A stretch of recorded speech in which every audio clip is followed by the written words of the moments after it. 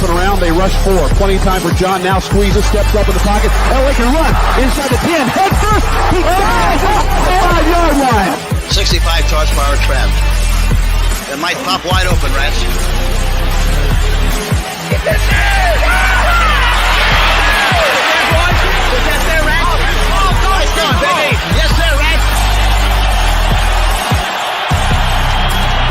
High snap, it's no good! The Chargers will win! Here comes the rush, he sidesteps, can he throw? He can! The ball flipped forward is loose, a wild scramble, 2 seconds on the clock. Casper grabbing the ball, it is ruled a fumble, Casper is recovered in the end zone, the Oakland Raiders have scored on the most zany.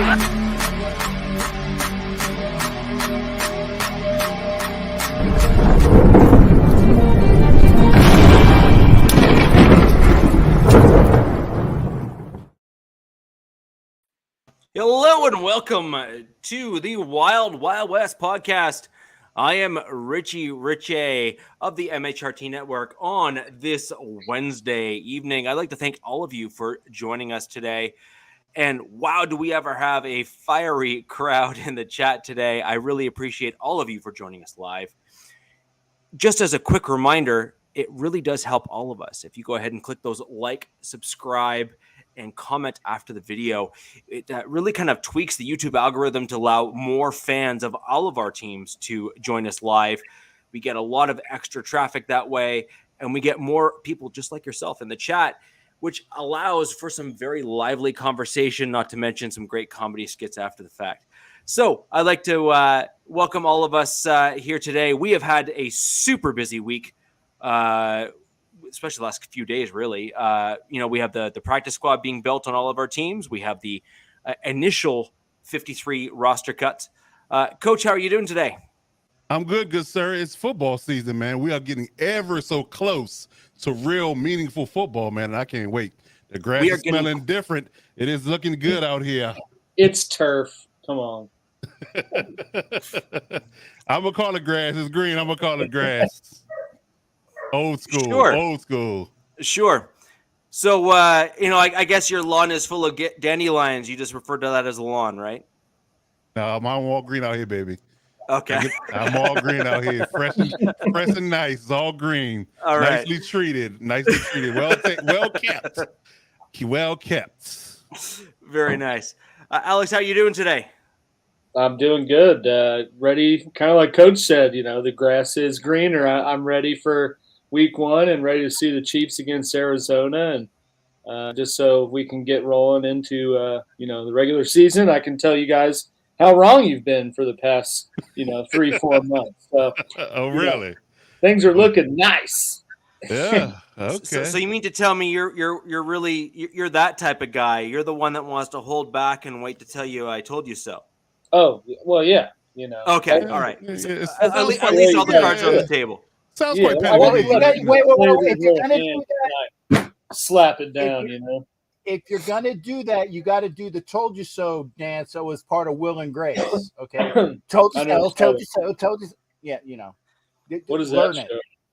I've never watched that show in my life. Me neither. He's by himself on that one. you really labeled yourself with that one, didn't you? Dude, I have no problem. Okay, I have no problem saying that because old Will and Grace was pretty funny for like the first couple seasons. Then it just, kind of went down. Kind of like when Fonzie literally jumped the shark, which is what you get that expression from. So I had no problem saying that. Now, when they brought it back, I was like, what in tarnation? And there's an old dude term. Tarnation. SpongeBob. Tarnation. Yeah. What? Oh no, no! That goes all the way back to Yosemite Sam from the cartoons there on Saturday morning. Exactly. Yeah. Yeah, So good I'm point. definitely. Well, what varmint? Yeah, exactly. Exactly. That goes way back. That's and frankly that's a classic in terms of a term and one that really ought to come back because I think it's a great thing to insert into random conversations. Yeah, but I think Cap needs to do an episode in that voice. You You can't do that nowadays because they're gonna old anything that's old like that, old cartoons, old movies, like for example, Porky's. Oh yeah, that can't happen. No, that's not happening these days. No. You can't do that nowadays. I'm sure that somebody would say it's racist, it's sexist, it's homophobic, it's anti-bird. If you would anti-bird. do like the stuff, anti-bird, ovarian, right? It's ovarian. Isn't that Jesus. the I don't know where this is going. Right, I'm not. Hands up. I'm out of that one. I'm out of that one. My neighbor has a shotgun that begs to differ about anything anti-bird, so we'll just call that what it is. That's the stand. As we're about to move on to today's show and all the different topics here, we're going to delve right into the initial 53 roster. That's right, I said initial 53 roster because, as we all know, this is an ebb and flow situation where each of our teams, and I don't care who you are or what team you're with, that was just the initial cut down, and there will continue to be changes.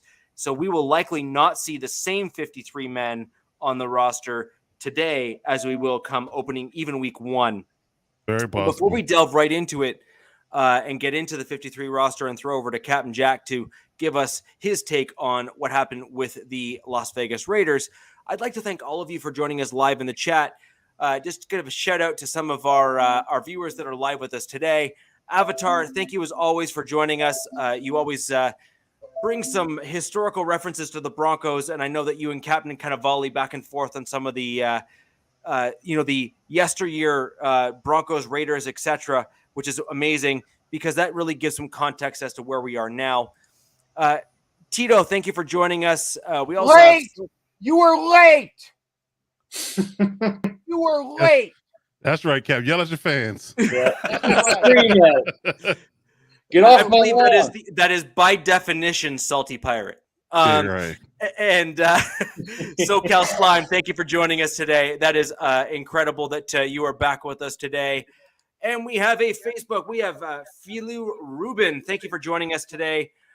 Everyone, if you are over on Twitter, I'm going to quickly go ahead and throw a banner up.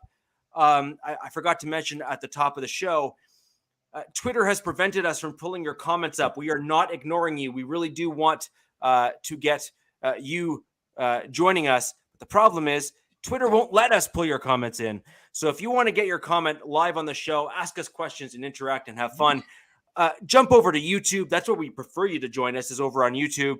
And if you would prefer not to join on YouTube for whatever reason, Facebook will also allow us to pull up your comments here on the show live. And thank you all for joining us live today.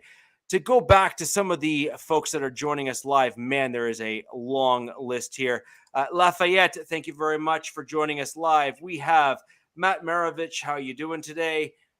Marinovich. What? Marinovich, just like the quarterback. Sure. We have DZ. Thank you for joining us again. Always love the Twitter and kind of back and forth there. We have CRF16. That's a new viewer. A new name in the chat. Thank you for joining us. I really do appreciate. That's Ruben. Hi, Ruben. The same Ruben. Ruben Fellew on Facebook. That's Ruben on YouTube. Oh, okay. Very nice. Thank you for joining us.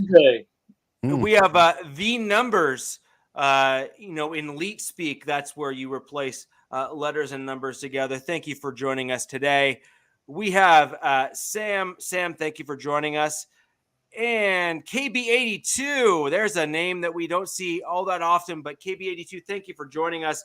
If you have any questions, leave them below in the comments in the chat. We want to go ahead and pull that in. You saw that, didn't you? Okay. That wasn't just me. I was wondering that. I was like, what's going on? I thought it was my contact. So I thought he blazed one before we Again, I have no problem. Hey, Captain, no problem saying it. No Captain, you're going to appreciate this next one from Mundungus. He's right alongside you about the whole. He's willing to stand on that. You two old fogies can go share episode with each other. We don't care. Yeah. We don't care. Yeah. Mundungus, baby! Matthew, thank you for joining us tonight. We have Raiderette for life. Thank you very much for joining us tonight. And the one and only NFL Nation Live, which goes live on YouTube at 9 p.m. Eastern Standard Time. That is just after we end here. Nice. And Thomas TJ Burpee or Burpee, whatever. I don't know. There's no accents in there, so I don't know if that's how you actually pronounce it. Thank you for joining us. So as we no, I did not lick my webcam before I went live. Did the dog do it? I believe it's just the fact that it has to traverse, the whole U.S.-Canadian border. They hate the fact that I have to travel through customs. So, Captain, over to you. With regards to the 53 roster cut down, with regards to the Raiders, were there any surprises? What did you think? And frankly, what are your items of feedback that you like to kind of let everyone know? Just generally speaking. Okay. First off, again, I'm with my boy Mundungus, man. Good sitcoms are good to have. Anyway, I would say that there's actually a surprise and a oh my mother God. Okay, notice I didn't say it, okay, but I did mouth it. Okay? Say what? The surprise was all of Raider Nation, and remember, there is only one nation. Okay, there's a country, there's a kingdom, and then whatever the hell they do up in LA, the gang wars up there. Gang war, really? There, the turf. You got to thugs. You're talking about gang wars. I mean, come on. Your corner was blasting gats on social media. Hello. There's a lot of more criminal history in the Raiders organization than it is in LA. No. Right Bay, wrong side. Go over to the other side. That's where all the crap is, my friend. And I we got to pull the receipts. Do we got to pull the receipts? I mean, trust me, I can get you on it. Anyway, going back to the surprise. See, you got me all worked up. I'm going to have coughing fits. It's still the post-COVID crap. The surprise was, and actually there were two, and Ed Winchell just popped one. By the way, folks, I do not have control of the board.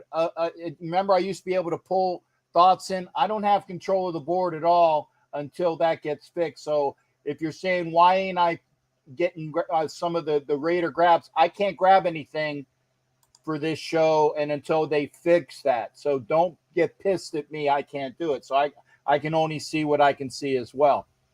The two surprises were that even I was amazed that the Raiders booted. He said, "You got some Wasta because you were in my show the other day, and that was really nice for him to come in. So that was nice to do that." But the surprise was that the Raiders, they said, "You know what? Our first round pick last year sucked so bad that he would have to improve just to be called a sucky player." And that's being literal. I mean, when I was doing my show on Thursday night when the Raiders were playing, and even the commentators were like right on cue, they were saying how bad he was. And then we had like highlights of him being just tore up in the Pittsburgh game where TJ Watt was shown on the screen for the top 100, just totally, just making him look awful, like Pee-wee awful. Okay. It was horrible to see that. So there it is. The fact that the Raiders cut him loose, that would have never happened in an Al Davis regime. Never. No matter who it was, if you're a first round pick or a second round pick, you have your scholarship for as long as forever. Okay. But the new regime figured out that this guy has lost all confidence, and that's what it is. He's not as bad as he was playing. He really isn't. You know, he was an Outland Trophy winner down in Alabama, but he's god awful. So I think that somebody is going to, and that's my greatest. That might be, that might be the best comment that I've seen. Yes, I like that, ever. and that's from a Raiders fan. Yeah, that's right there. Good job. Yeah. But the thing is that we cut him, and and I would say bravo to the new staff because they have nothing. They have no ties to Alex Leatherwood. And even though that they were eating a lot of that cap, they're like, you know what? You're gone. Hey, Cap. They got rid of him. And don't wait, coach. Wait, coach. I had a question about what you said. I had a question. No, because I think your question is going to be my addendum in a minute. Okay, go ahead. I think your question is going to be my addendum. So not only did they get rid of him and they took the big cap hit, but they also traded Mullen, who was oft injured and was not. You remember, your best ability is availability, and he was a decent cornerback, but he's oft injured, and he had a really crappy attitude. I'm being kind saying crappy because I really would like to use the word that begins with S and rhymes with city. Okay, attitude, and that's Mullen. So we traded him for a conditional pick, and we probably won't even get anything for the conditional pick because he probably won't even, play enough to make a 7th round pick. But we got rid of him. And it's this regime says, if you aren't up to snuff, if you aren't going to provide for this team, we don't care where you were drafted. Mullen was a 2nd round pick. Leatherwood was a 1st round pick. They had cap ramifications. It's like, you know what? You're gone. And they got rid of him. He got cut. Now, the big surprise, and I want to thank the Windy City, baby. I want to thank the Windy City. Chicago, you're my kind of town. Because they were stupid enough. They were stupid enough to put in a waiver claim for said, what's his name, Richie? Pleatherwood. Thank you. They were stupid enough to put in a waiver claim for, what's his name, Richie? Pleatherwood. Thank you. Which cut the Raiders hit. We don't owe him the $6 million extra. They picked it up. They picked up that. You can call him Driftwood now, right? Whatever. And you know what? Driftwood, Spankwood. He's just drifting away. Yeah. You can call him Wilson. You can call him Wilson, just like the guy in. I hope he goes to Chicago and just balls out. Balls out, right? I hope that he's like, man, they just weren't playing me right. I told them to do this and this, they just didn't do it. And then boom. Well, hold on, Captain. Before you answer that question. Yes, before you answer that question, because I think it's important. I've been on your show before. We've had some discussions about Leatherwood, and you said that he was wrong. He was wrong. It was the wrong choice. I mean, it was to call him a stretch and a reach is an understatement. But when you look at where he was actually better at, he was a way better guard than he was a tackle. Yeah. So the question is. Okay, so $6 million which is what his annual salary is for the next, was it 2 years? I think, given the fact that he was a 1st round pick, he's in his third year now, right? No, it was 2nd year. So he's got $6 million a year owed to him over the remainder of his contract. I don't know what his cap ramifications are, but you know what? I don't care because we ain't paying for it. No, so even from what I read. It's $6 million a year for the remainder of his contract. So 2 years and an option, which is no, it'll be 3 years and an option, right? Because he's a 1st round pick. So 5 years. If he's 1 year off, then that means he's $6 million, and then you have the 5th year option. So if he can turn it around as a guard, $6 million a year is not that bad if he is a starting guard in the NFL.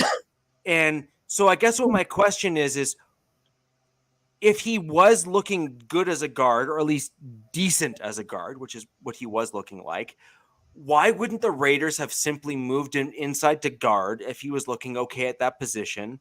Because $6 million a year for a starting NFL guard is not necessarily horrible value.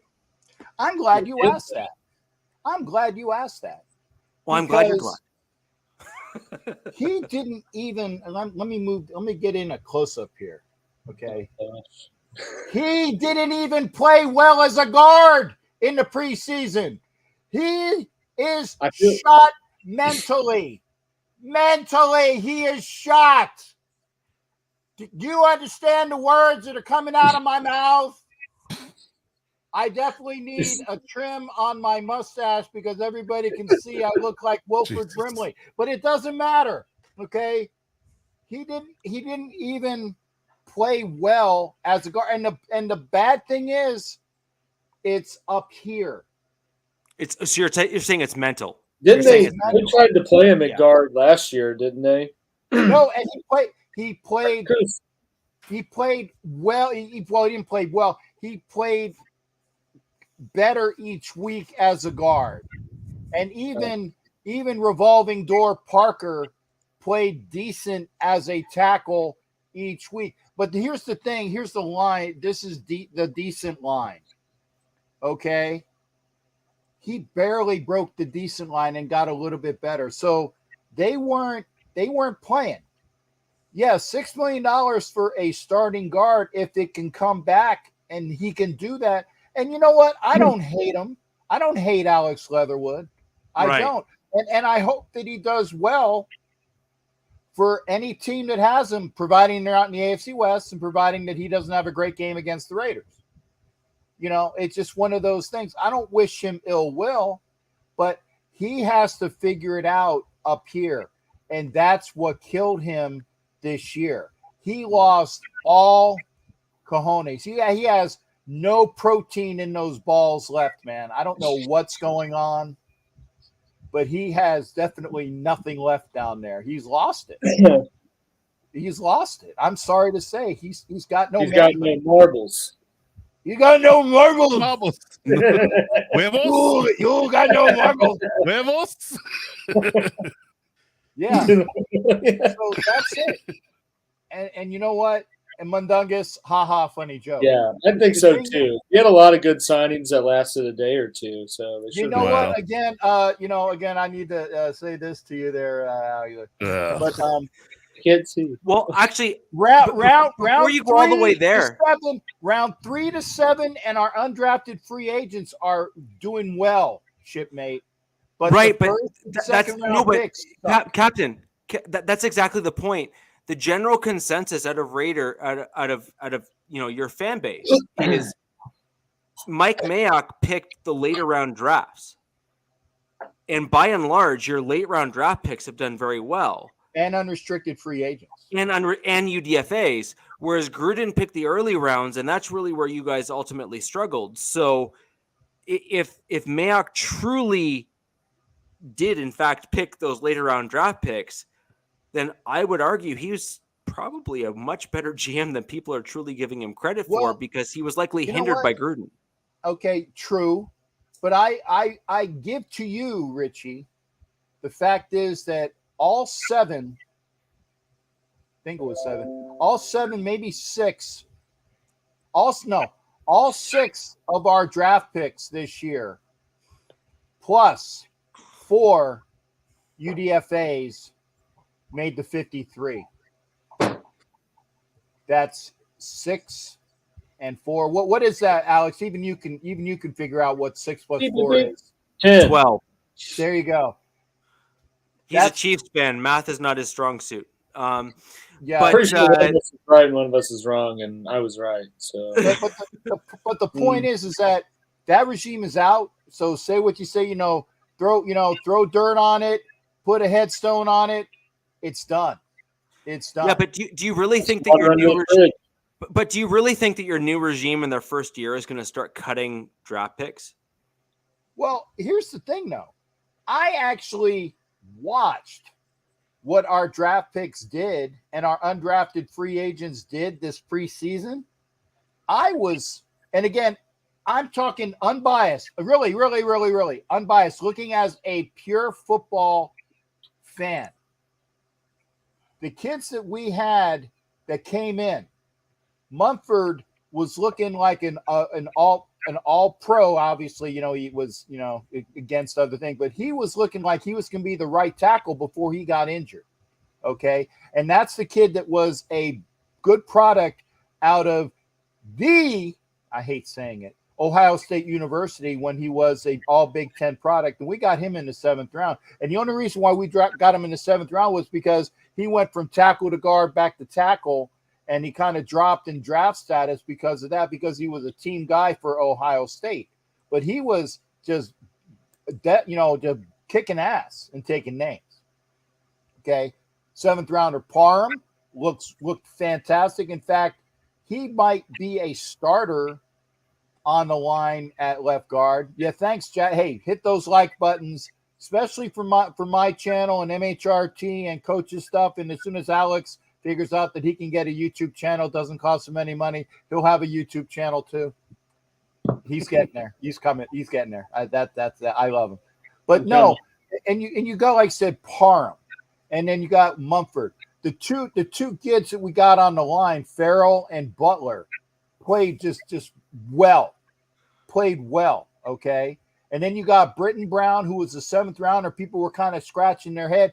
I think he led the NFL in yards as a running back, or at least was top 3 in yards of running back in the preseason.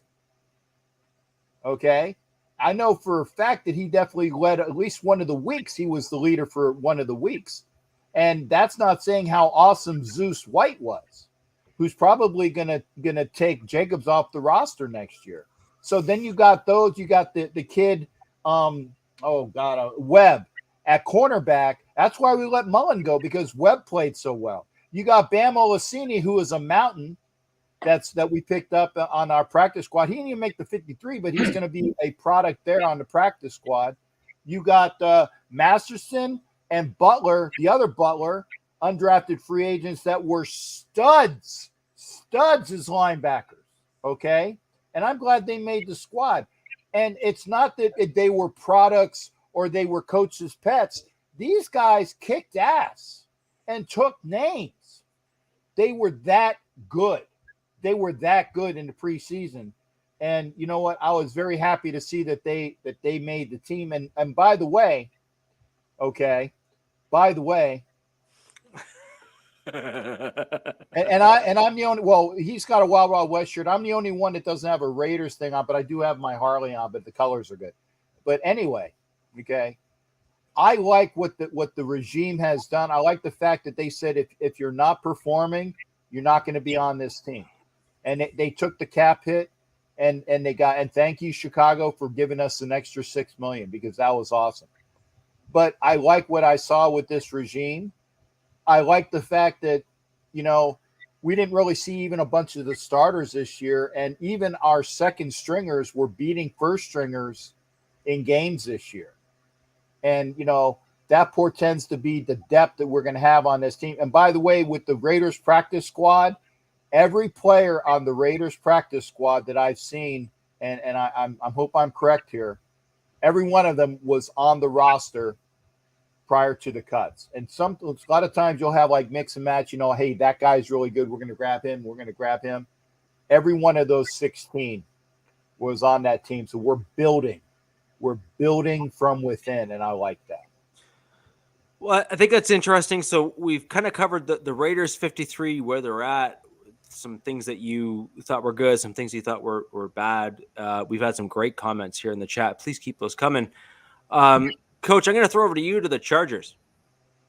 Okay. Well, I would say that it's been a ebb and flow to our cuts in our addition we made today, which was shocking to me. And I've been going back and forth all day on Twitter with people about whether or not it was a good look or good move. But we'll get everywhere. We'll get to that. I'll give you my take on that in a minute. But I was shocked to see early on that Christian Covington got cut. I really thought that he had a solid preseason. I think he had a solid. He played well in the games that he played. From a run defense perspective, I was kind of shocked to see that. And I only equated to the fact that he was much less of a cap hit to let go versus Jerry Tillery. Jerry Tillery was going to cost us about $2.9 million in dead money had we cut him. But the problem I had with that is that if you going to have a person with $2.9 million and not really play versus a guy that can contribute, I don't see why you wouldn't just cut bait. You know, I mean, clearly he wasn't a trade candidate for anybody because they didn't even shop him around. But yet again, you know, why waste the nice quick wardrobe change, Rich? Gee, Broncos country too, Okay, nice wardrobe change. You had to open your mouth, man. You had to open your mouth. He said it. So Here you go, Tito. How's that? Is that better for you? Does that work? Or are we good now? Yeah, thanks. But nonetheless, the Christian Covington was a bit of a shock. And then the fact that they kept 4 running backs, and this is prior to the move they made today. They kept Larry Roundtree on top of having Isaiah Spiller and Josh Kelly on the roster already, who had solid camps as well. So kept Larry Roundtree only to ultimately, when they saw Sony Michel be let go from the Dolphins, they brought him in for a visit, and he did. It was such a quick, short order too, because they brought him in, had a visit, signed a contract, and they put him in uniform this afternoon for practice. He was out there on the practice field already. So, you know, I question the idea of having 4 running backs to begin with, because I think the 3 we had above those guys were capable. I think that Austin Eckler clearly is your starter, and you drafted Spiller for this express reason of taking the workload of and the lion's share of the carries off of Austin Eckler's workload throughout the season. And Josh Kelly had a bang up preseason, so and he looks like the issues that we've had with him overall in the past is starting to work themselves out. So I feel like those were 3 solid backs, and I think you can win and you have solid depth with 3. But they kept 4, and then they go out and get Sony Michel, which is a head scratcher to me. And a lot of people, you know, Chargers fans included, are saying that they think it's a solid move. But again, where does he fit? You know, what type of role is he going to contribute on top of the fact that he's been moved on from 3 times already? The Patriots moved on from him, the Rams moved on from him, and then the Dolphins did. So what is it about Sony Michel that people don't like once he gets in camp that they ultimately move off of him? And he hasn't been wildly productive. He was decently productive for the Rams while Cam Akers was gone. But guess what? The moment Cam Akers came back, it was him and the Darrell Henderson show. Sony Michel kind of faded into the background yet again. So I don't have high expectations for Sony. I think you could have used that roster spot for another receiver, because what they ended up doing, which is kind of surprising to me, that they did bring in DeAndre Carter to be the primary kick returner, but he also plays receiver. He's the 5th receiver. So why not have another kick returner and wide receiver in the room to help, you know, take the brunt of the special teams duty off of DeAndre Carter's back? So I would have kept Michael Bandy. Michael Bandy is a dual role guy in that aspect. He plays receiver, a slot receiver, and he plays kick and punt return. So I would have opted to use the roster spot for that versus using it for a 4th running back. When in its own right, if people have been paying attention to Lombardi's offense, Lombardi isn't a run-centric or run-heavy guy. He's a run-balanced guy. Like, he'll run, you know, to keep you honest, but he likes to throw the ball. So carrying 4 running backs is kind of a head scratcher to me when you could have used that roster spot for a different person. But overall, those were the main, I guess you can say, surprises or head scratchers for me. Putting Michael Bandy on the practice squad versus active roster spot. Jerry Tillery still on the roster for God knows what reason. Christian Covington not being in Jerry Tillery's role. Glossy photos. And Tillery's on the roster because he has glossy photos. Is that what that is? Of something from someone, maybe I don't know. Again, they didn't want to cut bait with $2.99 million. I don't think there's a big ask to do away with. That's nothing. Right. According to Raiders, that's nothing. So clearly, you know, I don't know what they're thinking, but yeah, that was a head scratcher for me. But outside of that, everything else was pretty much expected. And you know, I think that the roster is where it needs to be. They kept one more linebacker than I thought they would keep. But yeah, outside of that, I think it's pretty much in line with what I predicted. Were any surprises on the Chargers roster aside from Sony Michel, which I'm not going to lie, I laughed at when I saw it today. But aside from Sony Michel, are there any other moves that you guys made that you were disappointed with? Not really. I mean, based upon what was out there in on the waiver wire, in a sense, because that's one thing I was going to tell Cap about, because I learned the difference today between released and waived. Like, I thought they were pretty much in the same boat, but if you get waived and get claimed, like Cap alluded to, you take on that person's contract that they had previously, which lets the Raiders off the hook for their dead money. So, and it's actually $14 million in guaranteed money that he's owed. I just looked it up on Over the Cap. You do $14 million in dead money if had they released them and not got anybody to pick him up. So they dodged the bullet there. But yet again, Thank you, Chicago. I know, Thank right? you, Chicago. Right. So I think that overall, that's that's mainly where it lands for me as far as the roster is concerned. I mean, like I said, I don't know why Jerry Tillery is on the roster. We keep saying it, but because I really don't think he's going to play. Like, I mean, because with Brendan Fioco's ascension and he's been a better run defender, I think he's going to play in base. I think Morgan Fox is going to be our specialist from a pass rush perspective in passing downs. So, in Sebastian Joseph Day is a dual threat. He's a run stopping and pass rushing interior D lineman. So, from a starting perspective, where is the fit? Where outside of depth? Where is the role that he's going to play? So, outside of that, I think that's really the only thing that kind of surprised me in what the Chargers have in mind for Jerry Tillery, because yet again, he didn't have a groundbreaking camp either. Like, for a guy that's working for a contract, you would think he would have more of a breakout preseason, and he didn't. It was just pretty much the status quo that he's always had. So here's the kind of pure objective response is, why keep someone who is not productive over someone who is productive, or at least, or at the very least has shown promise? Right.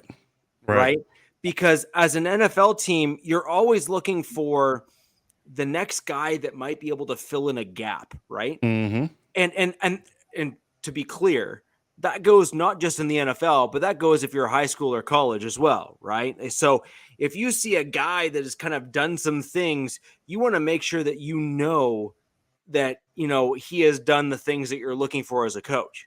Mm-hmm. Defense, offense, I don't care, or special teams, I don't care who it is. You're going to let that guy know that he has filled in those voids that you're looking for as a team. So why would you lead someone on who, or why as a team would you have kept someone like that when you could have kept someone else who has performed better instead? And moreover, as a Chargers fan, does that make you question some of the coaching decisions?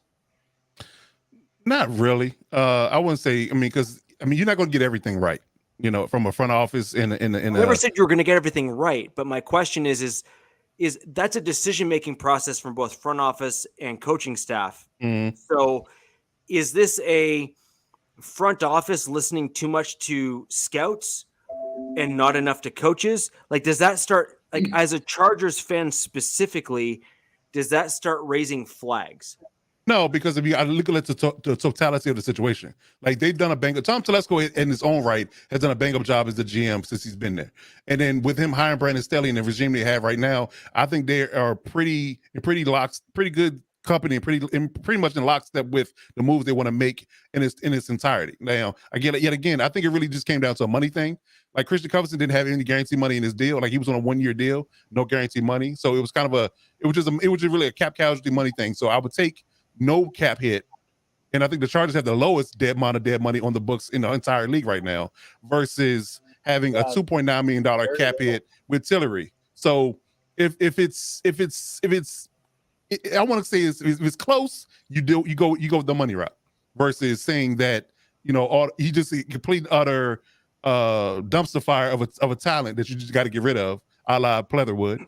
Or you just, again, if it's a close race, you stay with the guy that's making the more money. And again, you will completely clear the books and completely be over Tillery's deal after this year. Like, this is the last year of his deal. So if you pay his contract out, there's no dead money, and then you have money to recoup and don't have any dead money to pay out, and you can re-sign guys, a la Justin Herbert's contract's coming up soon and things of that nature. Keep your books kind of clean. So when those big money deals come up and you have to re-sign guys that you really want to keep, you have that freedom versus having to pay guys in dead money, for the next 2 to 3 years. in a sense. So I think it was a financial decision versus a talent decision. If you were to cut Tillery, though, then that would mean that, like, as an example from what you just said, then that would mean that you cut him this year, and then next year you'd still be in the same benefit as you were this year. Whereas if you had kept, say, I think Covington was the guy that you were surprised about, right? Then you would have a better player who showed better on tape, which, let's be honest, that's what matters. Yeah. Right? What do you do on the field? Yeah. I don't care who you are as a person. What do you do on the field? Old, though. Covington's also older than Tillery, so it's kind of probably a catch-22 with both. Who cares? But I mean, at the same time, if you cut the older guy for no penalty at all, I'd do that too. I wouldn't. Like I said, I think it's a financial thing. Like I said, I really think it was a financial thing. You're versus an ageist, thing. You young bastard. Oh Lord. An ageist. Oh Lord. Ageist. Yes. Are you calling me old? Yeah, but I don't. But again, I mean, just to answer your question, I don't think it was a issue with it being a issue with the front office having bad decision making, having a bad decision making moment. I think it just really came down to finances. I think that's really what it boiled down to. And if you oh, it's such a hot take, it just blew up. So as Coach was saying with regards to finances and all that kind of stuff, I guess my only comment back would be, if finances are the primary concern of how you're making your roster's decisions, then not every decision, just that one. Right, but that's ridiculous to me when you have someone that you're likely going to move on from the year after, and you're making a financial decision of a handful of $1 million on a six-figure $1 million roster. It's ridiculous to me that you would make a financial decision on like a 0.1% or a 1% of that total dollar value. It makes that much sense to me. Because you heard, like, for example, George Payton made a comment about like the Broncos cut Sam Martin as a punter, for example. And we moved on to Waitman, who is a punter. He did really well in preseason. He put up good tape. To me, that was a good both financial decision and team decision. We didn't see a drop off from him as his play on the field in the preseason, and we saved money as a result. So as far as I'm concerned, I see that as I didn't do that. No, that was a California thing. I am pretty sure that is a brownout, probably where Coach is located. We'll have him back shortly. He's in the Carolinas or Virginia, though. Oh, well, I either way, I guess that was just lightning striking, right? So, I mean, at the end of the day, you should not be making decisions off of a few $1 million if it means the difference of having a better team. And that's really where I was going at with that. If you're talking $2 or $3 million on a roster that's worth like $300 million, that's ridiculous. You should be keeping the better player to make your team better, especially if you actually want to win. So it just makes no sense to me whatsoever. Now, Coach kind of gave a bunch of really interesting takes there. Alex, I'm going to throw over to you real quick.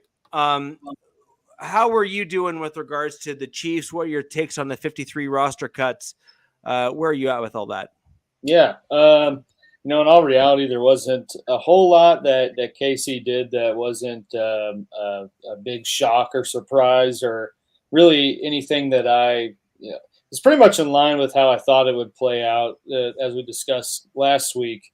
The biggest shock, I guess, was just that they kept 3 QBs in Buechele, Chad Henne, and obviously Wood and Mahomes, but just the fact that they kept 2 backups behind Mahomes, just because I kind of thought they would go for more depth at wide receiver or perhaps on the offensive line or just somewhere on the offensive rather than have, 3 QBs. And then, kind of in line with that, they only have 5 wide receivers and then 5 running backs, one of them being a fullback. And that was the other surprise, I guess, was that they kept Ronald Jones. I didn't really think that he was going to make it, just kind of with the log jam. And the log jam at running back and just kind of where I thought they needed more depth in other spots. But from what all the coaches were saying, he kind of played his way down the stretch of the preseason onto the roster. And so really, in terms of the offense, really no big surprise outside of only having 5 receivers and 3 QBs. Pretty much kept everyone okay. Fair enough. And the bad thing is that he runs the studio. Yeah. Everybody's having issues today, huh? He said, anyway, I'll just keep going. I guess we're going. But, really didn't think on the offense, I didn't think they did anything too crazy. I thought it was interesting on the defensive side of the ball. They only kept 4 D tackles and 4 linebackers. Went for 6 defensive ends, and a couple of them, well, really one, Joshua Kendo, he's a guy out of Florida State, made the 53, and he didn't really do all that much against the, third teamers out when he was playing to what I thought warrant being on the 53. But there's kind of a caveat with the 4 linebackers, though. They had the designation of Blake Bell, the tight end. He's going to go to the IR. They didn't do that before the cuts because that would end the season. He's not going to be out for the full season. But that's going to bring up another linebacker, Elijah Lee. He's going to be on the 53-man, week 1. Kind of like we talked about, this is just the initial roster, and it's always going to change. I thought it's kind of interesting that was it last year they changed the practice squad to 16? Yeah. The COVID year, I think the first COVID year they changed it. But now they have like those what is it? I think you have like 6 vested veterans on the practice squad, and it's almost like you can kind of interchange them out depending on where an injury is or something like that. So right now, Danny Shelton and Taylor Stallworth, which are both defensive tackles who have started on other NFL rosters and played in meaningful NFL games. Currently they're on the practice squad with the mindset that you'll be able to kind of move them up and down each week where things are needed depth-wise or depending on some injury or something like that. So I kind of think that the 6 defensive ends they kept is not a permanent thing, and that was just kind of the raw of the first announcement, but I think they're going to kind of interchange some of those guys out. But, outside of that, I didn't really think that they did anything, too crazy in terms of their cuts. They kind of got rid of the usual suspects that you anticipated were going to be gone just by how the preseason went. That's really it. Just kept the status quo, made it out of the preseason pretty healthy, ready to roll for week 1. So, Alex, in hindsight, I didn't see any major injuries come out of Andy Reid's kind of older style of putting, starters in preseason, etc. Do you think that will actually help you long-term with kind of knocking off the rust?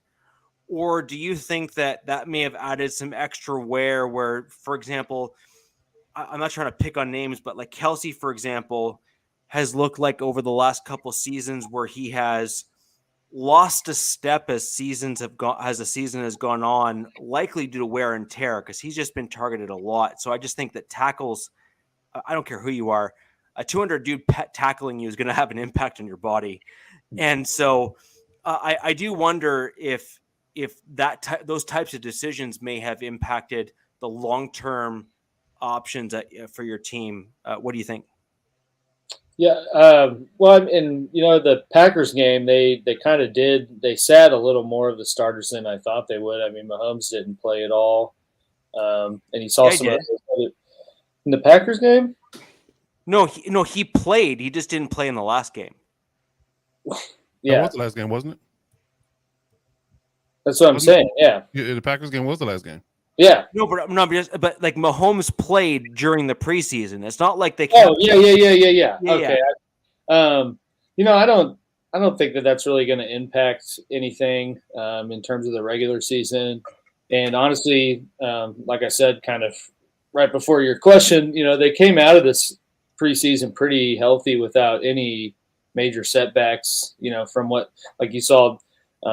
Patrick go down early, and some kind of across the league, some key players have been injured in preseason, and KC made it out without any of that. You have Blake Bell on the IR, who's third, second tight end, and Niang are the only two coming into the season that are carrying any sort of injury designation. So I think everything's good to go, and how Reed handled the preseason didn't seem to affect anything health-wise, at least as the preseason went on. And I think that kind of with that, you're going to see some of these guys in better prep and a better, just ready to go more. Although when you get to that level, making money, you should be ready to go at any point. So, I don't know if it really matters one way or the other if they're playing in preseason games or not. Sure. I mean, that's fair. It's like, we spoke about it last podcast. It's really, it seems to be the line in the sand between the new age coaches and the coaches that have had extensive experience in the league. And I'm not saying one is better than the other, because like Sean McVay, for example, has had extreme success at the NFL playing that style of football in preseason.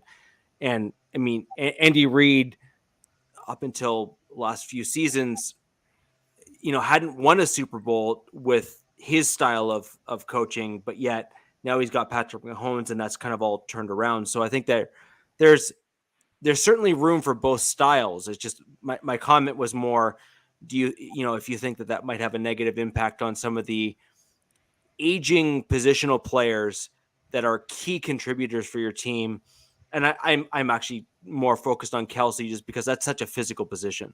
Yeah, no, I don't. I don't think that's going to impact Kelsey at all. He's always, regardless of how he's looked, the dude gets his numbers and is always productive. Sure, no, he does, absolutely. Yeah. And I think the focus, as you've seen during the preseason, when the number one offense has been out there, I think the mindset is to not have Kelsey be targeted, 40 times a game. Like, I don't know if he's ever actually had 40 targets in a game, but not be targeted so much to where it's like it was in the past recent years, where you knew they were going through Kelsey and Hill, and that was really the only two Hill things. and Kelsey show. Yeah. But we've seen. Granted, it's only been a small sample size of 6 drives, or not even 6, 5 drives. But we've seen Mahomes and just the offense in general spread the ball out more.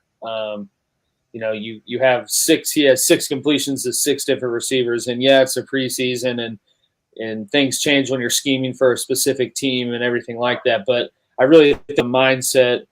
And the franchise knows, Kelsey's getting older.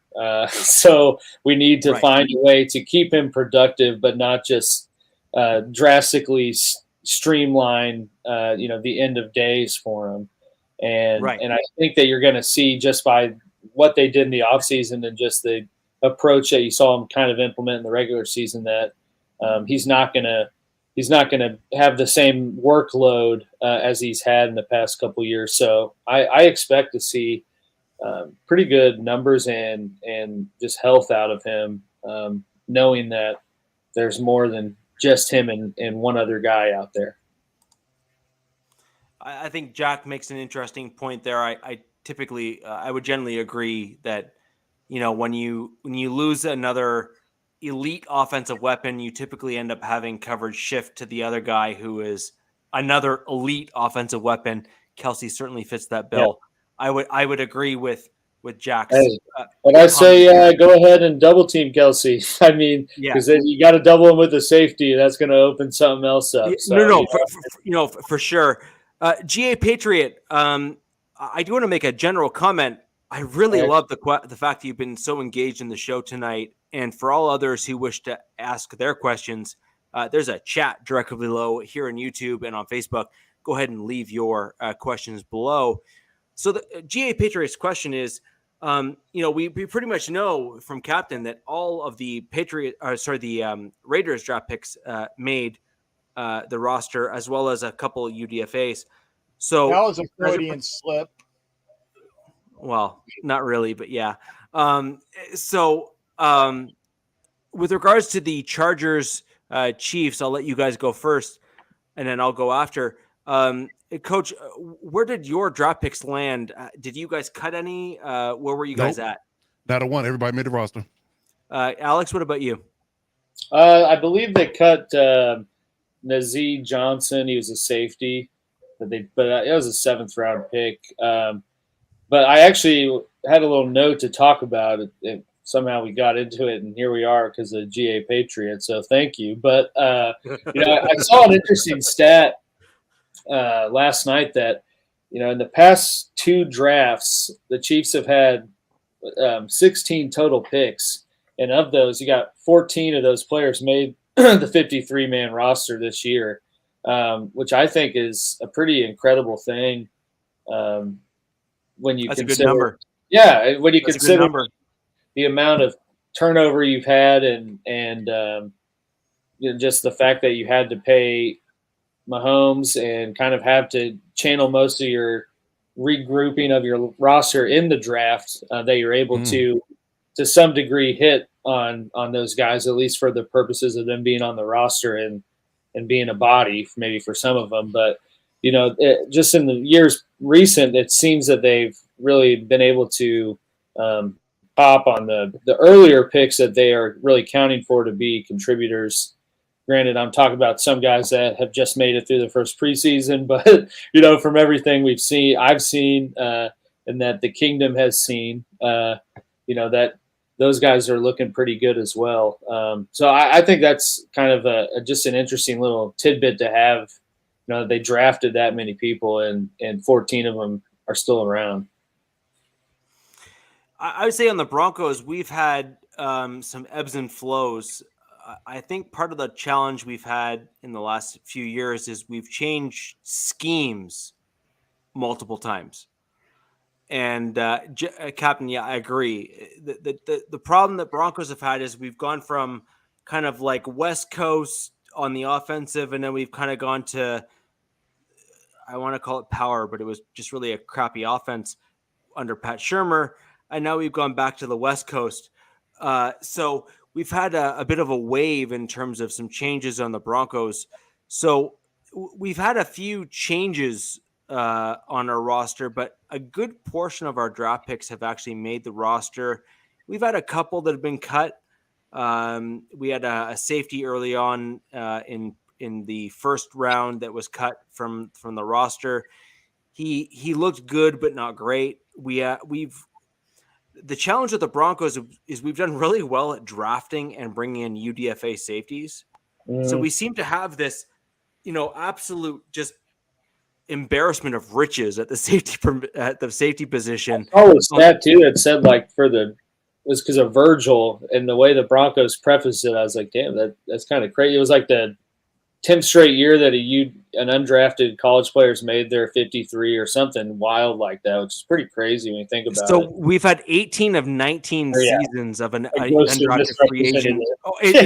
It's ridiculous. And not only that, I mean, to put things in perspective, the Denver Broncos UDFA record isn't just mediocre players either.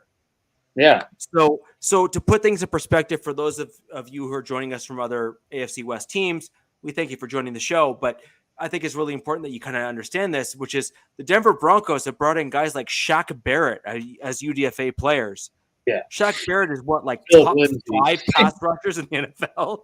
So, I mean, you're not talking scrubs within the NFL. You're talking guys that are in the upper echelon at the NFL level of players that the Broncos have brought in as UDFA players, and they have developed into upper tier players at the NFL level. And I think that speaks a lot to the Denver Broncos organization as a whole. Now, I think what it also shows is that the Broncos have struggled to properly recognize talent and adjust to that talent to keep it on the roster. Because a normal team would have never have let a guy like Shaq Barrett go. The Denver Broncos should never have let him walk. He's now in the upper echelon of pass rushers in the NFL, and we let him walk to the Buccaneers.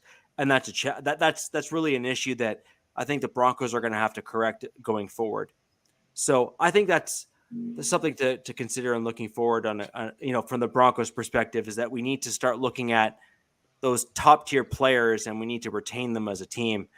And then we need to maybe move on from guys that are middle of the pack and not re-sign them to big deals.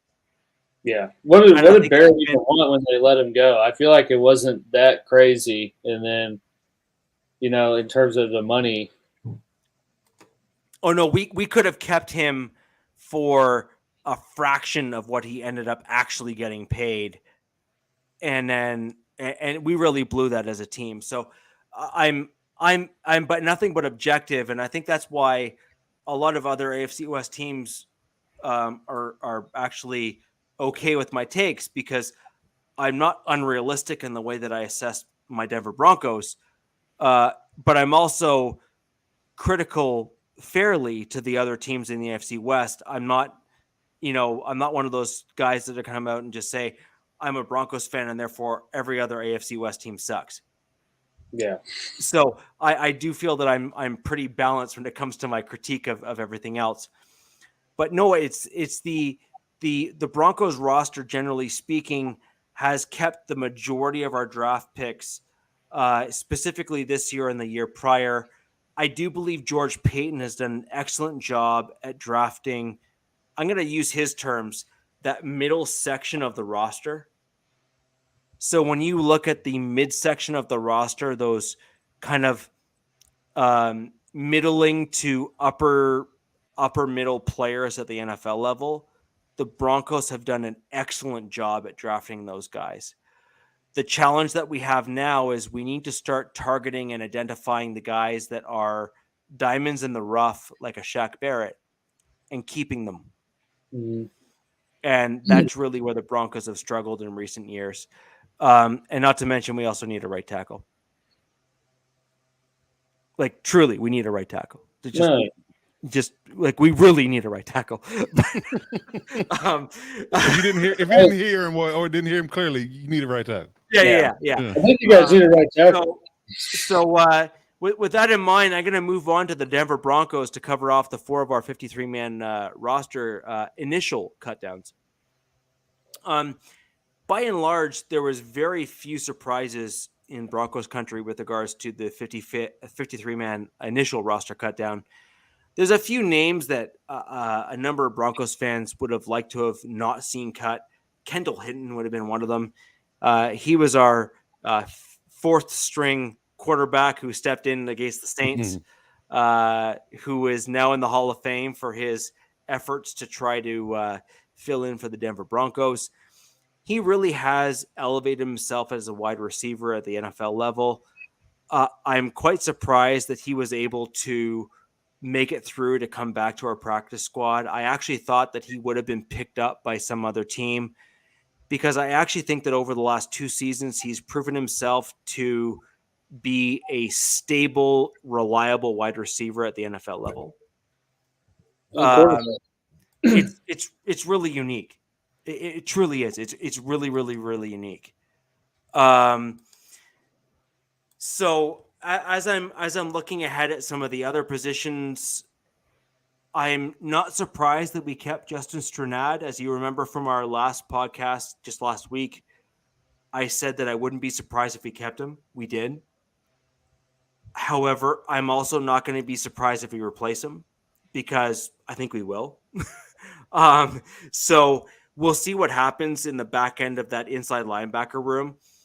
We have a guy that we kept on the practice squad in Mulaga, who, in my opinion, showed as a better player at the NFL level at inside linebacker.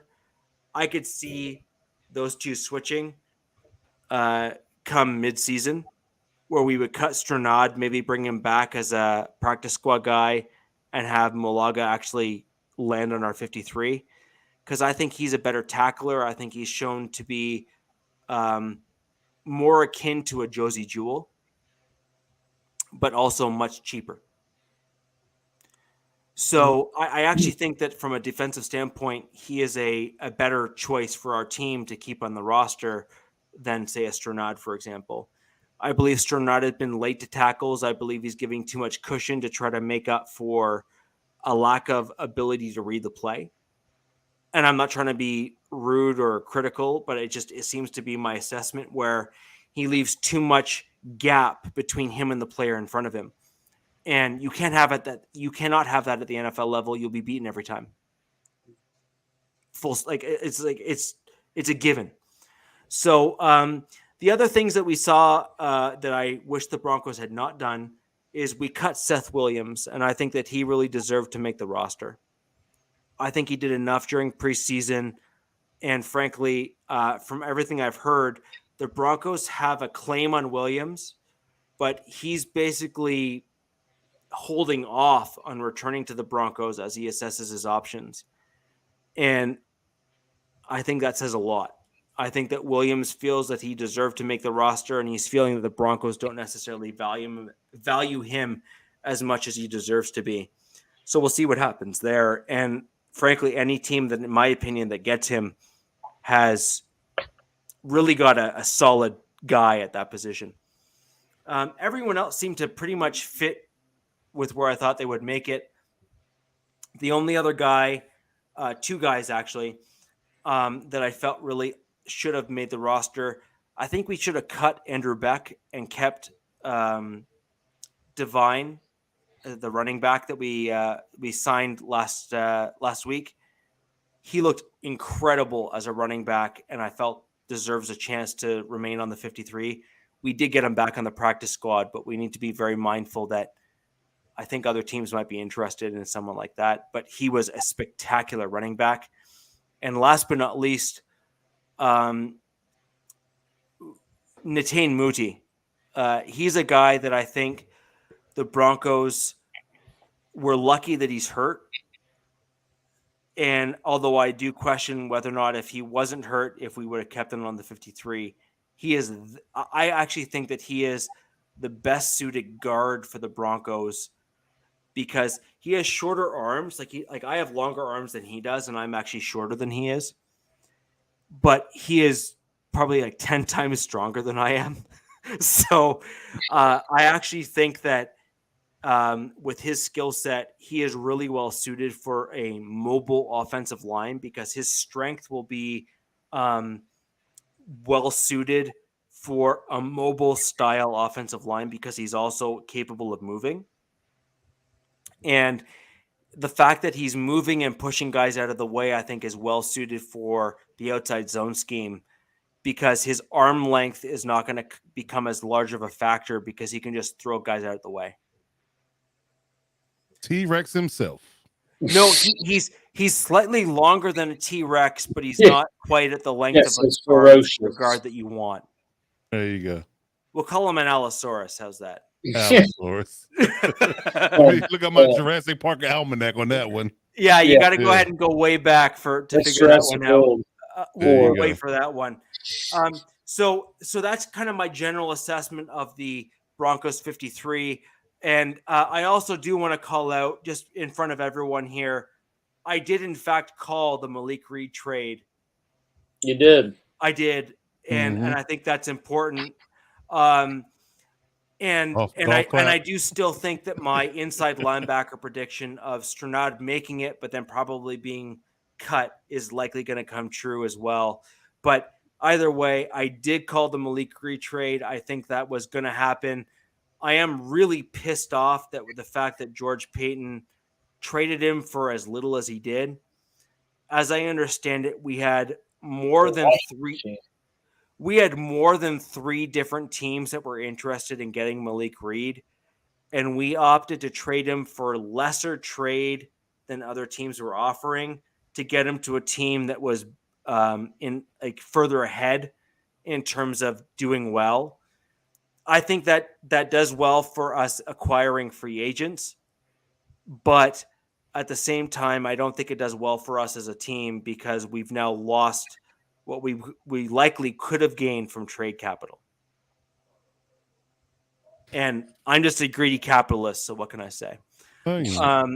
So as we move on, I'm curious to see what others have to say about all of our teams in terms of how we did. Were there guys that you wanted us to keep?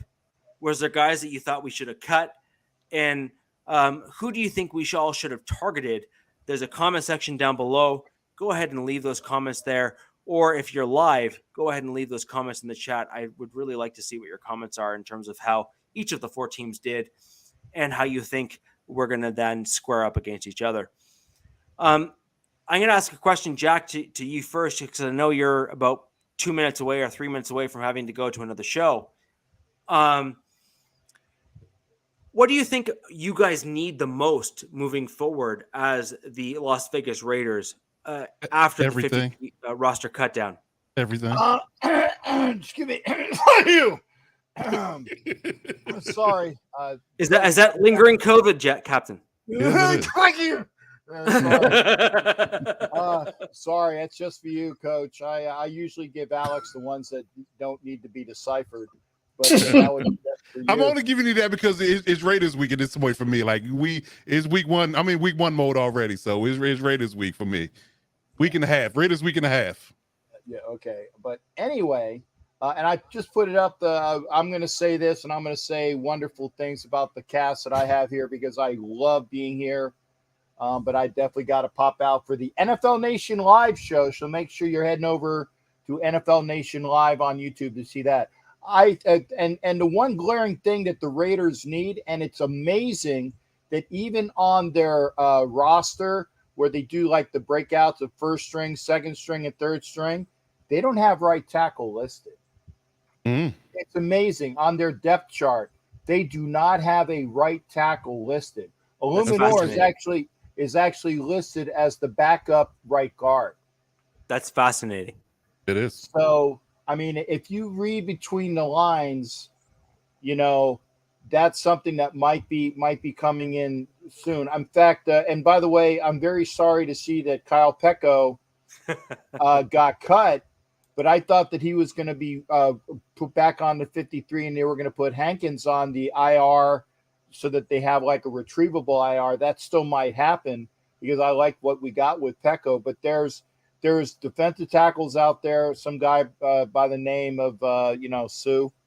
But I don't necessarily think that the Raiders, they do have about at least $18 million in cap space, but I don't think that they're going to use all of that capital right now. I think that they're going to wait until after week 1 because then it's on a game-by-game basis unless you give a guy a straight-up contract.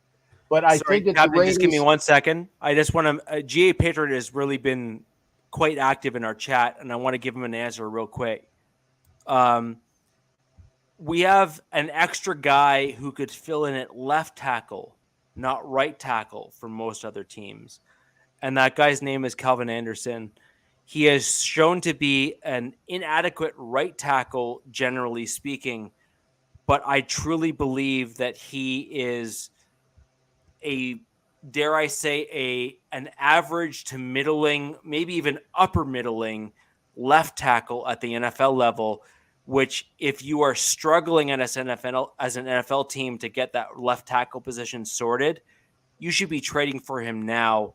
He stepped in the 3rd preseason game for the Broncos, and we had 0 pressures on the left-hand side of that offensive line when he was at left tackle. He is that good.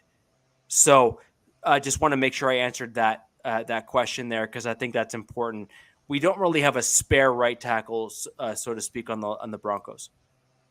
Yeah, it's like the old Seinfeld episode. Can you spare a square? No. Nobody can spare a square. No. Okay. Not even a single ply? No. What about Matthew? I forgot to make the reference, but your boy made the squad. Yes, I did see that. I saw that. Let's have a golf clap for Saubert. He did. He made the roster. I didn't see him with a depth chart. Saubert. So Bear. Well, he's likely going to be our second tight end because he is that good. Over But Dolchich? I'll let everyone else kind of rag me in the chat. But let's be honest, he caught a touchdown, and I still believe that he is. If he catches a touchdown in the regular season, I will buy you a jersey and mail it to you. Oh, Ladies and gentlemen, there's at least 40 people It's live on the at the moment. record. It's on the record. Go ahead Y'all and heard it first. that I is hope- live on the I internet. hope- It's I never hope he going does. away. Oh, I hope he That's does. rich. Sorry, Will, week Pun one. intended. It's gonna be does. feel like And you know first what? play of the game. He Well, got actually, 40 Wilson- the $160 He's ones. got summer deep. The $350 ones, the Pro Elite, man. I want that one. No, I'll just Jesus. tweet him. I'll be like, "Hey, man, I lost a bet. Can you send me a game worn?" Right. He's gonna be like, "Wow, I got fans." Yeah, wow. He one fan. You got one. Yeah, Rich. just one. You got one fan. That guy. I may be the captain of the Saubert fan club, and I'm You are. totally willing to admit it. You are. Third best tight end in the AFC West. Nice. Oh man, that's good stuff. But yeah, that we on the record. Mad Dog, make it a clip. Hey, I was gonna say, I don't think I'm gonna be on the clip this week. I think it's that guy. I think it's Or that guy. yeah, that guy, right, that guy. And we switched sides here. It's throwing me off. So I know, Captain, before that was interrupted, where do you think you guys need to maybe tweak your roster to really elevate the Raiders to, take over the AFC West? Well, we've done that already, sight unseen. But I still think that actually. I'm sorry. yeah, you're having some of that COVID cough too, there, Coach. Yeah, a little. I actually think that that they're gonna get a defensive tackle, and that they're gonna let right guard or right tackle play out with Illuminor, and maybe a surprise pickup. But I think that they're gonna go after a defensive tackle more than they are gonna go after a right tackle, because again, McDaniels knows what he has with Illuminor and Brasili based upon his playing days in New England. And he was playing a very good right tackle for them for I think 6 to 8 games before he got injured a couple years ago. So I think they're gonna roll with what they have there. I think they're probably gonna go defense, and I hate saying it as well. I think we're thin at cornerback. Even though I like what we got with Webb, the kid that's the rookie, I think that he will play up in that. You get a couple injuries to Hobbs, Everett, and Rock Ya-Sin. There's not a lot in the cupboard after that, so we'll see what we got. I have to agree with your assessment. I think that cornerback and right tackle, your two biggest needs. It would be very interesting to see what you guys do to fulfill those needs. I actually think that Hillman, as a former right tackle on the Denver Broncos, he screams a Patriot-style guy.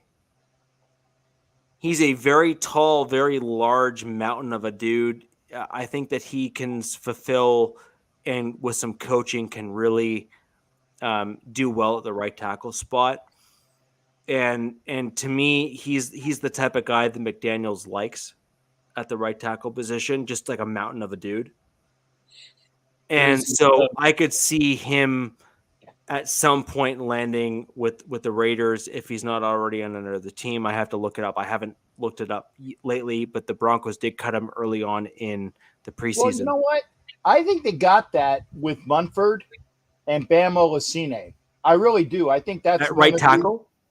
Well, Olasine played right tackle in college, and they've been using him exclusively as left tackle in the preseason. Maybe they want to broaden his horizons to make him that swing tackle. Munford was playing well at right tackle, so I think that they think that maybe we don't have to look beyond the bounds. And having said that, permission to go ashore, sir. Denied. Permission granted. Permission granted, buddy. Gentlemen, have a good night. We'll see you over there on NFL Nation Live. Always a pleasure hanging out with this crew. Take care, everybody. Pick up. Ladies and gentlemen, we've lost our Raiders perspective, but that is okay. We're going to move on to Alex, and I'm going to get you to weigh in on the Chiefs. What do you think that your roster is missing right now? Yeah. Well, I mean, in terms of a wish list, I'd really like them to find a nice, solid second player to play the interior of the D line behind Jones. But I don't think that's going to, that they're not certainly going to find out if anyone that was cut or anything like that. But I think that is a position they might look at adding more depth to because they only have 4. But I think we had some technical difficulties when I went over what I was talking about earlier. But they kept they kept Stallworth and Shelton as their vested veteran practice squad D tackles. And I think the plan is to kind of move those guys up and down week to week to some degree, with the time that they can to have that added depth at D tackle. But that was going to be my other one is a wide receiver because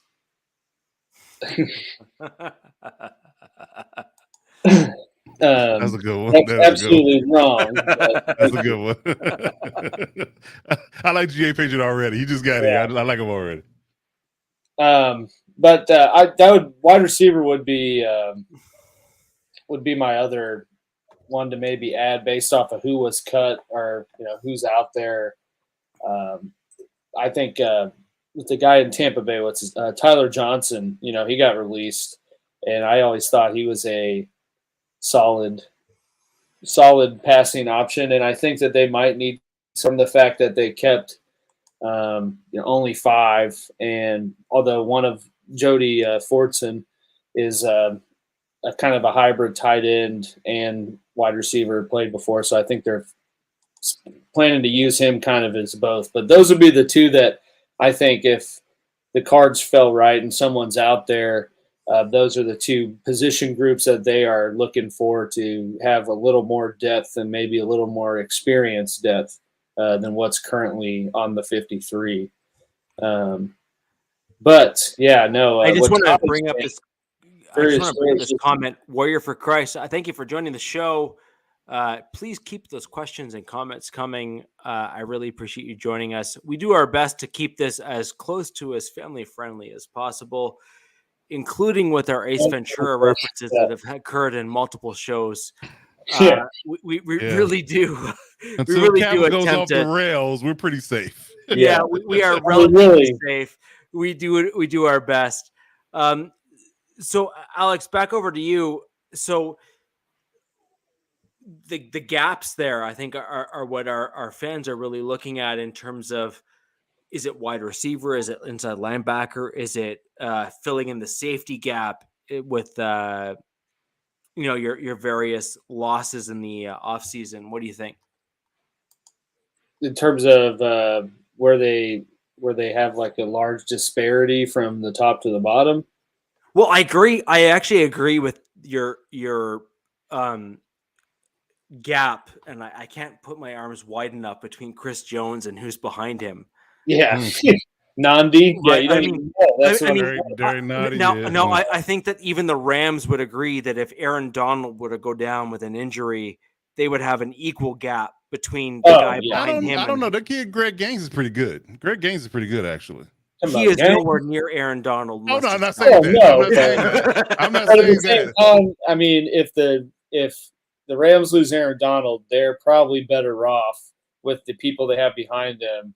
Obviously you can't replace Aaron Donald. You can't replace Chris Jones. Right. But if the Chiefs lost Chris Jones, you would most definitely know it because, they wouldn't be able to stop anybody. It'd be a revolving door in the middle. Yeah. Yeah, I mean, you could see it at times. Finally, I got someone in the chat who's got my back. Tom Hood, my dog, my road dog. There we are.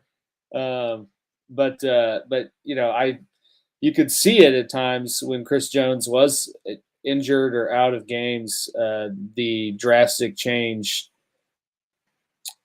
from how the defense played, kind of similar to Matthew, but Chris Jones is, in my opinion, and I think objectively speaking, the second best defensive tackle in the league behind Aaron Donald. So, I mean, it's hard to have a narrow gap between someone like that and who plays behind him. But they've had, everyone they kept has been on the team for 3+ years. Were drafted with the mindset that they would be that middle of the field run stuffer to help Chris Jones, and none of them have really taken off like that. Wharton, one of them they kept. He's actually a Division II player in Missouri, but he's like a pass rush specialist. So you only see him go out there and in passing downs.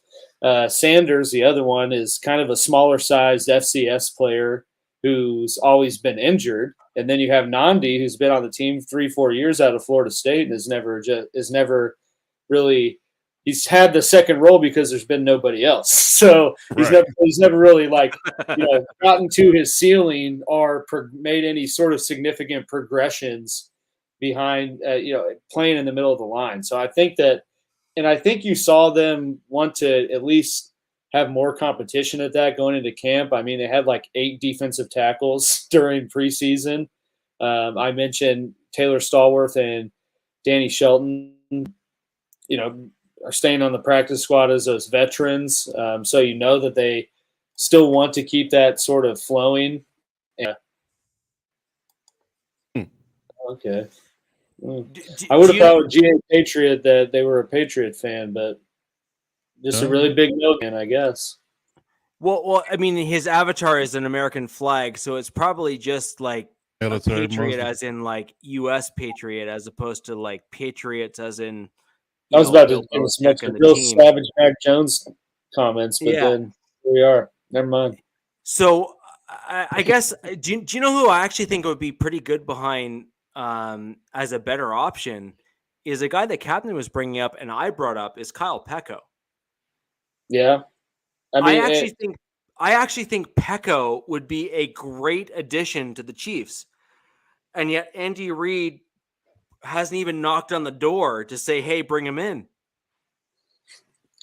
Yeah, no, I mean, I think someone like that is certainly the type of player they're looking for.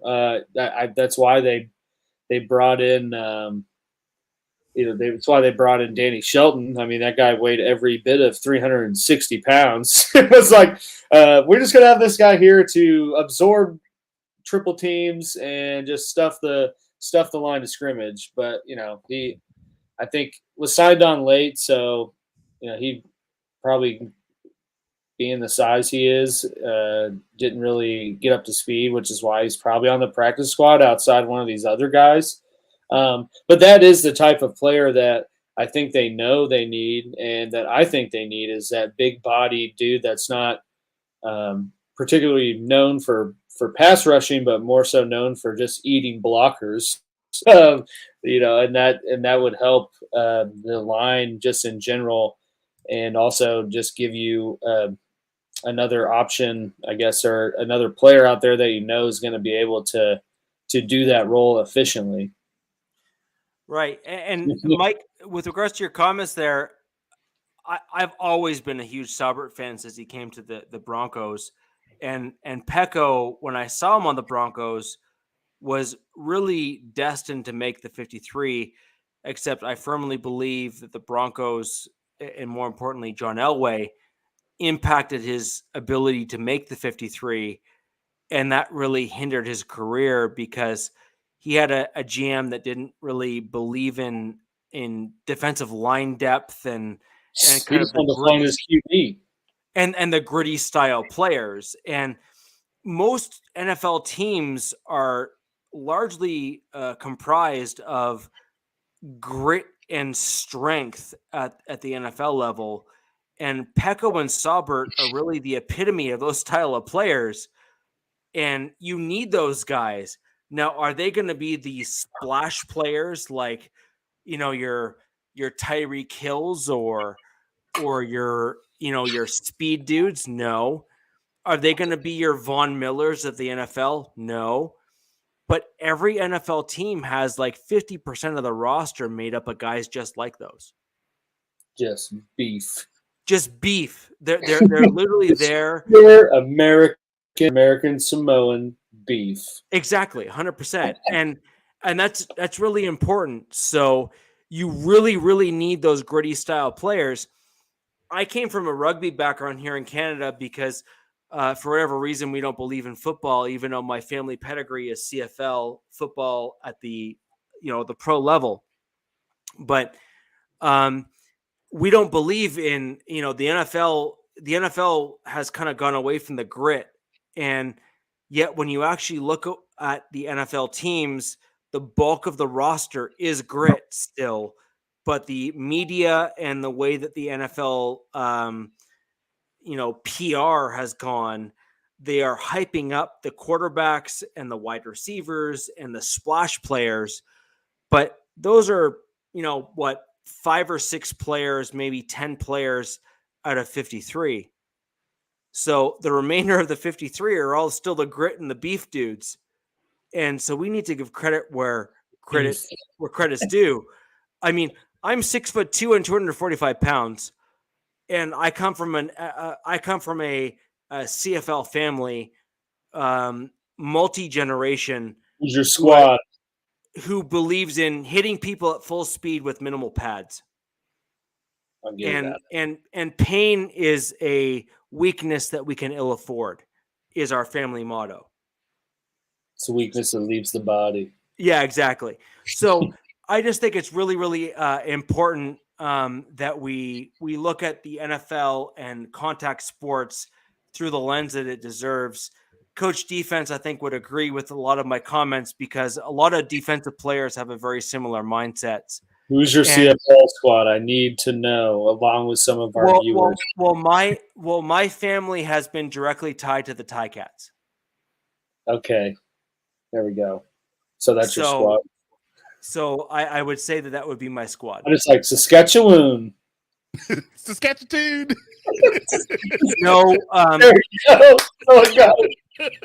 For those I do like the Rough Riders. For those people that don't quite understand, Saskatchewan is not just cold. It is you walk outside and your legs stick together cold. Wow. Yeah, I don't want to visit that place. And that is ridiculous.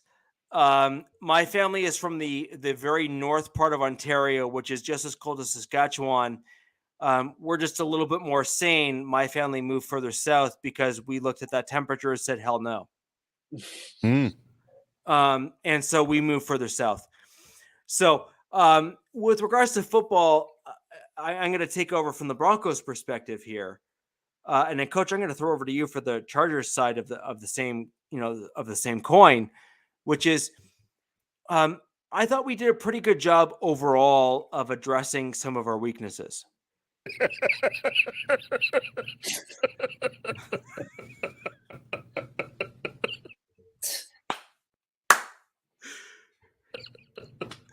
That is great. Oh man, yes, that's great. That is great.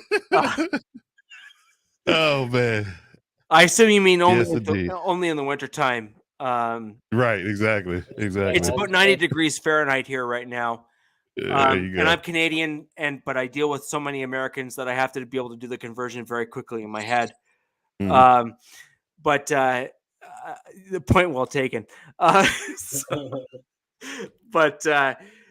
No, with regards to just general football decisions and what we have from what we saw from the initial 53-man and what we brought back currently on the the practice squad. The Broncos. I'm not gonna put that up there, but that's hilarious. Linebacker position. Yeah. We really do. I agree. I definitely agree with that. What we saw in the preseason was an exploitation of our inside linebackers. And if you don't believe me, please go back and look at our preseason tape from the Denver Broncos. Other teams were attacking us both in the pass game and the run game, where we would have pass catchers and running backs and tight ends, et cetera, make it to that second level and then make plays. That was an issue for us. And that means that other teams do not respect our inside linebacker position group. We need to get better at that position group. The other thing that we need to start doing is playing guys in better positions for what they're better suited. Wazirike, Henningsen, and a few other guys are better suited at the nose tackle or heavy sets when we're doing the defensive end position to try and do run stuffing. And we did not do a good job at doing that in the preseason, and teams exploited that. We saw large gashes and runs in the preseason. We really need Evero to make those adjustments for the regular season so that we do not end up in, similar positions or worse positions. Because at least Fangio, as much as Broncos fans would like to slag on him for his record for the Broncos, he really did make adjustments quickly and was a defensive genius and is a defensive genius at the NFL level when it comes to defensive schemes. So he masked a lot of our weaknesses in the previous 2 seasons. We need to have better player personnel at those inside linebacker and defensive tackle positions to put pressure on the quarterback and prevent those runs up the gut. Preseason really showcased our weaknesses there. We need to fix that this year. Aside from that, wide receiver, I think we're quite deep at for the Denver Broncos. I think we can really backfill that spot. And tight end, I think we have an embarrassment of riches, rather. I think we've got some UDFAs that are top tier on other teams. I think we have Saubert, who will embarrass the Chiefs in particular. Wow. That should have been the bet. That'll be it. If he catches that touchdown on the Chiefs, that's gonna really be it. If he catches that touchdown for the jersey on the Chiefs, that's really gonna be it. Rich is gonna lose his mind if he catches it on the Chiefs. I'm telling you right now. No, I'm not gonna lie. Saubert, since he joined the Denver Broncos, has really impressed me. He really truly has, and I think that what you're seeing from him is that hybrid tight end role. His career stats one time though, so I think I need at some point. You can get his career stats all you want, but the problem with career stats is that you have to be used properly. Well, yeah. So you have the benefit of Andy Reid, who is an offensive genius and basically tells other people to, where to go and how fast to get there. Whereas other teams have not been as fortunate to have offensive-minded head coaches. I think this year is the Broncos' chance to have an offensive-minded head coach coupled with an offensive coordinator who gels well with the head coach as well. Also, to answer Tom's question here, it's been a while since the Broncos beat the Chiefs, Tom. I actually have a tweet that I screenshot and have been saving to use at any moment.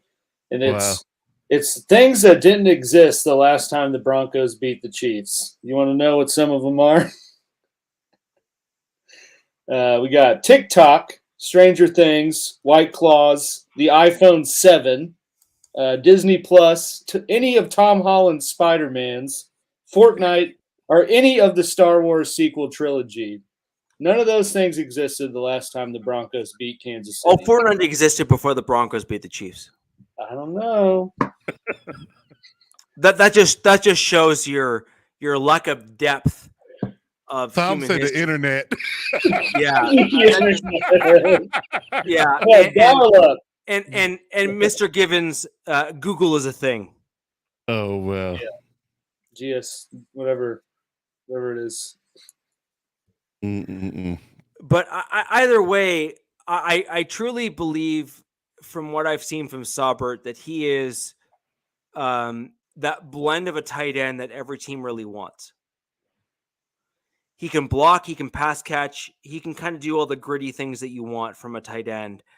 And that's really where I'm aiming with him. And I think that that's what you want on your team. I think where the big question mark come up is from guys like Noah Fant and Albert O. Albert O has shown some gaps in his blocking in the run game, and I think that Noah Fant showed the same. So the question is that while they are great athletes and can show they can catch balls, et cetera, when you need the well-rounded tight end on the field, are you showing your hand when you throw a Saubert out there instead of them? And I think that when you have a tight end on the field, you need a guy that can be all things at all times, and Saubert is that guy, in my opinion. Okay. So if I were to head coach or an offensive coordinator, and I threw Saubert out there, I would truly look at all of the AFC West opponents and said, "You have no idea what I'm going to do," because he can do all three things well. Now, he may not be elite at either of those three things, but he can do all three things well. Good luck figuring out what he's going to do when he's on the field. You're done. And he showed that in the preseason. He showed that last preseason, and he showed that last season. And I expect him to show more of the same this year. Albert O has shown flashes of good run blocking. In fact, he's shown flashes of elite run blocking. But the problem is he's been inconsistent at the run blocking side of things. But he's been an exceptional route runner, speed, size mismatch, etc. But the problem is that because you haven't shown that consistency, other teams won't fully respect the other elements of your game until you can show it consistently. And I think that's what the problem is. And other teams are seeing that on tape and on film, and they're saying, I dare you to throw him into run blocking. I dare you to throw him into those outside zone style blocks where he's kind of the additional left or right tackle, because he is not shown to be the guy that can do those things on a consistent basis. Kelsey, on the flip side, Alex, to your credit, has shown the ability to do those mixed things. He has shown the ability to kind of be that Gronkowski guy at the tight end position. Saubert, in the same coin, has also shown to be that guy that can do those three phases of the tight end game. So that's where I'm coming from when I make the comments that I do. So by and large, I think we've had a pretty good show tonight. We've covered the gamut.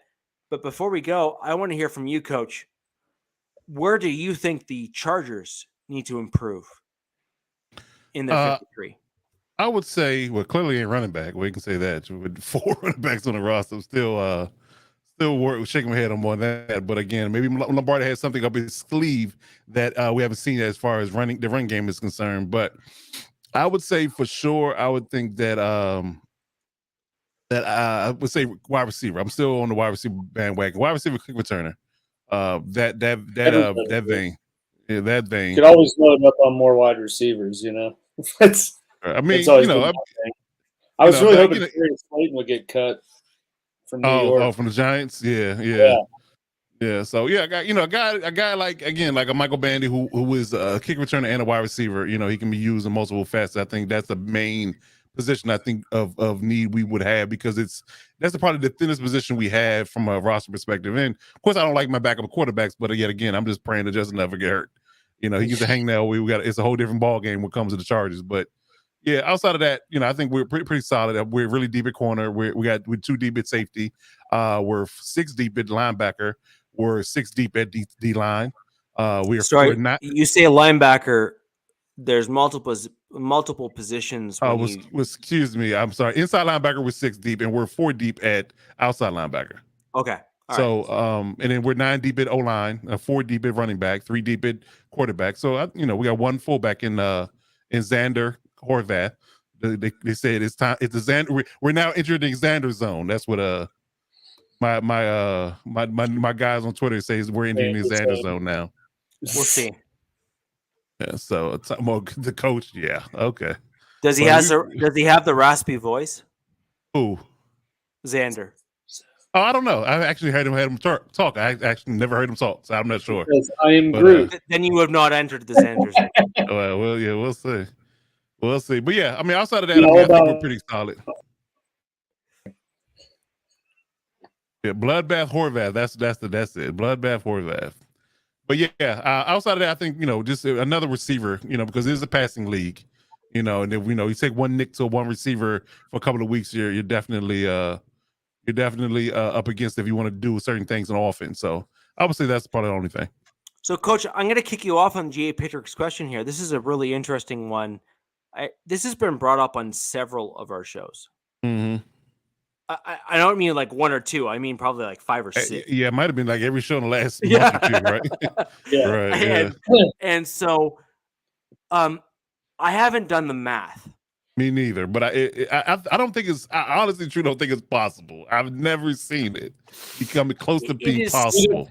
So the closest I've seen to this is like 5 or 6 years ago, where we had three AFC West teams make the playoffs. Right. I don't know if it's possible for 4 to make it. I don't think it's mathematically possible, but I think because the divisional winners have to have one in. I think that ruins it because if you had best record from top to bottom, you took the best 7. It doesn't matter for a division. Yeah, you can get 4 in. But I think that if it's because of just sheer divisional people get it first, the first 4 are divisional winners, and the next 3 are wild cards. I just don't think it's mathematically possible because somebody in the AFC South who probably don't deserve to go is going to take up a playoff spot in the AFC playoffs. So I think that's the only thing that's going to kill it. No, and so it is possible. I did look that up. But it is possible. But a lot has to happen. A lot. Like everybody has to be bad outside of one team. Like the Bengals have to regress to where they were like 5 years ago, right? Yeah. Every team would have to be like 2-16. Trash. Right, exactly. So I think that's unrealistic, but I think that there is a legitimate possibility, especially with the pass rush and assuming we don't have major injuries in the FC West, where you could well see 3. I think 3 is a good possibility. I think 3 is a good possibility. And I think that when you see there's been some comments made on mainstream media where, and I don't disagree with it, where it's possible that this is the best quarterback division ever in football. Oh yeah. That's ever. That's hard. That's find somebody else to debate about that one. I agree with that completely. Ever. Ever in football. Never had. I can't recall a time where every team in the division has someone who is a for sure lock in the top 10 of QBs in the league. Maybe even top 5, maybe. Well, right now you have an up and coming guy in Herbert who's probably within the top 5 to 10. You have Russell Wilson, who's likely a lock at Hall of Fame. Like, in terms of what he's done in the NFL, in terms of his stats. Oh, yeah. You have Patrick Mahomes, who is all but a first-round lock in terms of Hall of Fame, even now, based on what he's done in the NFL. I think a little early to call that. I had to be real about it. But if he's on a trajectory that he's on now, definitely. No. He has won. I think the only thing he hasn't won right now is he won Rookie of the Year. Did he not? No, he didn't because he didn't play his rookie year. No. So he has not run Rookie of the Year. But has he won? He hasn't won MVP yet, has he? Yeah, yes. His first year. So he's won MVP and he's won a Super Bowl MVP, Pro Bowl every year. Been to 4 AFC title games. 2 Super Bowls. Right. So when you look at his total stats, he is within the upper tier of NFL quarterbacks over the last 10 years. Yeah, no question. I mean, a certifiable baller. That's for sure. Yes. Oh no, So- no, I'm not saying that, but I just think it's a little early to wave the Hall of Fame flag when he only played 5 years?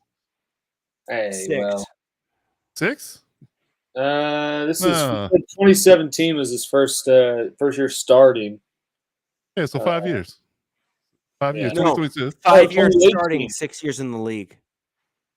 Right, I said 5 years of stats. Like he didn't play his first year, so 5 years of playing quarterback. It doesn't matter. He started his first year at the last game of the year and just killed it. Against who? The Broncos. Enough out of you. I remember that. I remember the first throw he had was like a dime across the middle. No. It hit There was no denying when you watched him play in that.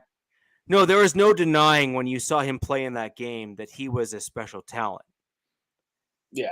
That there just really wasn't. But the point that I'm making here and what I'm kind of saying is that you have Patrick Mahomes, who is likely a first ballot Hall of Famer. You have Russell Wilson, who is probably a first ballot Hall of Famer. You have Justin Herbert, who is certainly on a trajectory that if he can win a Super Bowl in the next, say, 3 to 5 years, that is probably on the same trajectory as the other two quarterbacks I just mentioned. Because he's already beaten out all of the previous quarterbacks' rookie records. Right? So if you're looking at, relatively speaking, he is certainly on a Hall of Fame trajectory if he can continue to kind of go on that mold. The only quarterback who really has to try to do something is Derek Carr. And to have 3 out of 4 quarterbacks in a division who are penciled in or penned in at the Hall of Fame is unprecedented. Oh yeah. It's ridiculous. Yeah. Especially not too long ago, it was Derek Carr was probably the best QB in the division when you had like Alex Smith and Rivers, and I don't even know who the Broncos had at the time. Paxton Lynch. I don't know. Right. Something crazy. But yeah, I mean, well, and even not to really knock Derek Carr, he doesn't have the like same flash, I guess, as those guys do passing the ball. But Derek Carr is every bit as good a QB as those guys are to be. So I really think that like across the board, it's a pretty narrow margin for how good every team's QB is. Obviously with Mahomes at the top, but whatever. Well, Rivers never won a Super Bowl. Nope. He lost to the Patriot, right? They only made it to the title game like 1 year. Yep. You're right. Yep, and as a quarterback, you have to be the reason, not a reason. I just threw side on him. And I chose my words very carefully there. So you have to Let be me ask this the question. reason. Are there quarterbacks in the Hall of Fame that haven't won a Super Bowl? Yeah, there has to be. There's no way there's not. So I mean, you look at Rivers' numbers. Oh, not many. I mean, but there are though. That's the question. Is it possible that a quarterback that hasn't won a Super Bowl is in the Hall of Fame?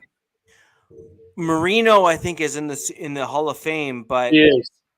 I don't think you can argue against him because he had a perfect season. Warren Moon.